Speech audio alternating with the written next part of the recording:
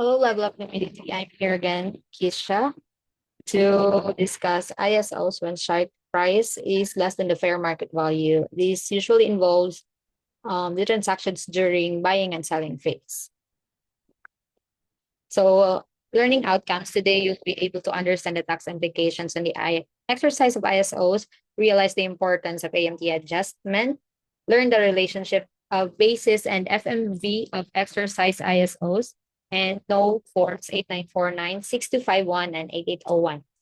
So, during buying and holding, these are the procedures that will usually happen. So, you have to have the cash to buy the ISOs. And if the buying or the exercising of your ISOs triggers AMT, you have to know that you also have to have cash to pay the AMT.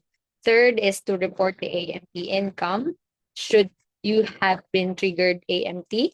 And fourth is to pay the AMT tax. So that means paying additional taxes just for exercising the shares. It's kind of ironic because you bought something and usually you do not pay taxes for that, but this time when you buy ISOs you also pay for AMTs.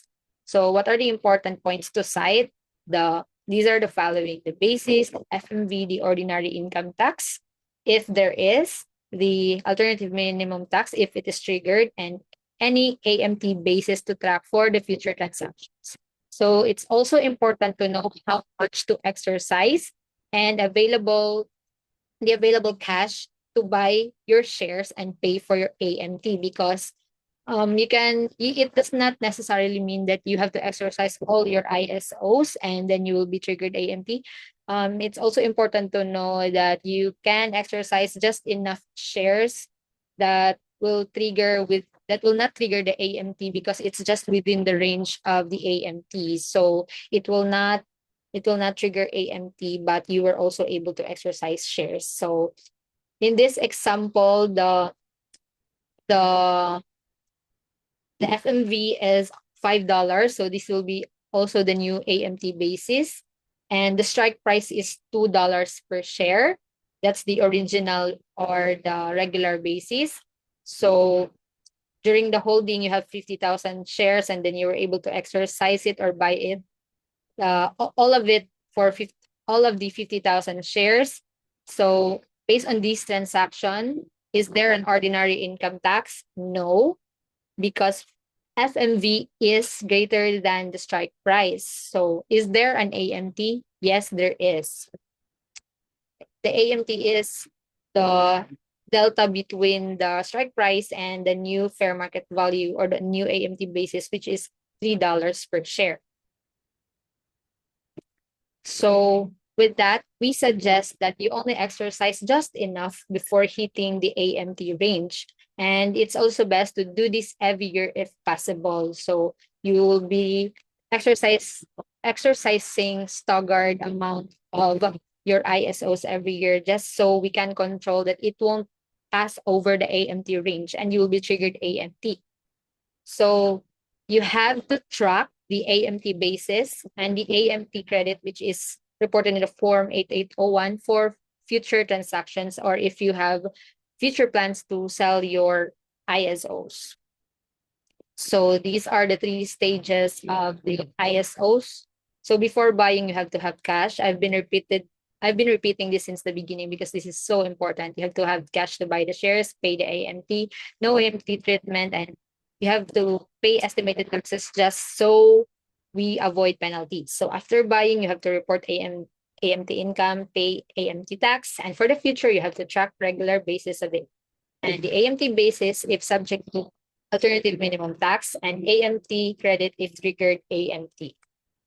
So in the selling phase, this usually happens. AMT gain calculation is based on the fair market value at selling minus the fair market value at buying is the new AMT basis. So you get the AMT calculation with this formula. And for the regular tax calculation, it's based on the fair market value at selling or the exercise less the grant price. Then that will be the basis times the total number of shares that you will be selling. That will be your regular gain or capital gain. So again, for you to claim AMT credit, your regular tax should be higher than your alternative minimum tax. So for that to realize, you have to have the AMT adjustment.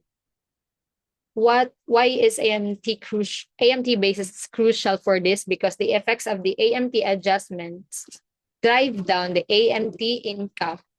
And so it also increases your chances to get AMT credit, because going back here, we only claim AMT credit if the regular tax is higher than the alternative minimum tax. So finally, what are the tax forms that you have to file that are included in the Form 1040 when you buy and sell ISOs? Number one is Form 8949, regular tax gains or loss.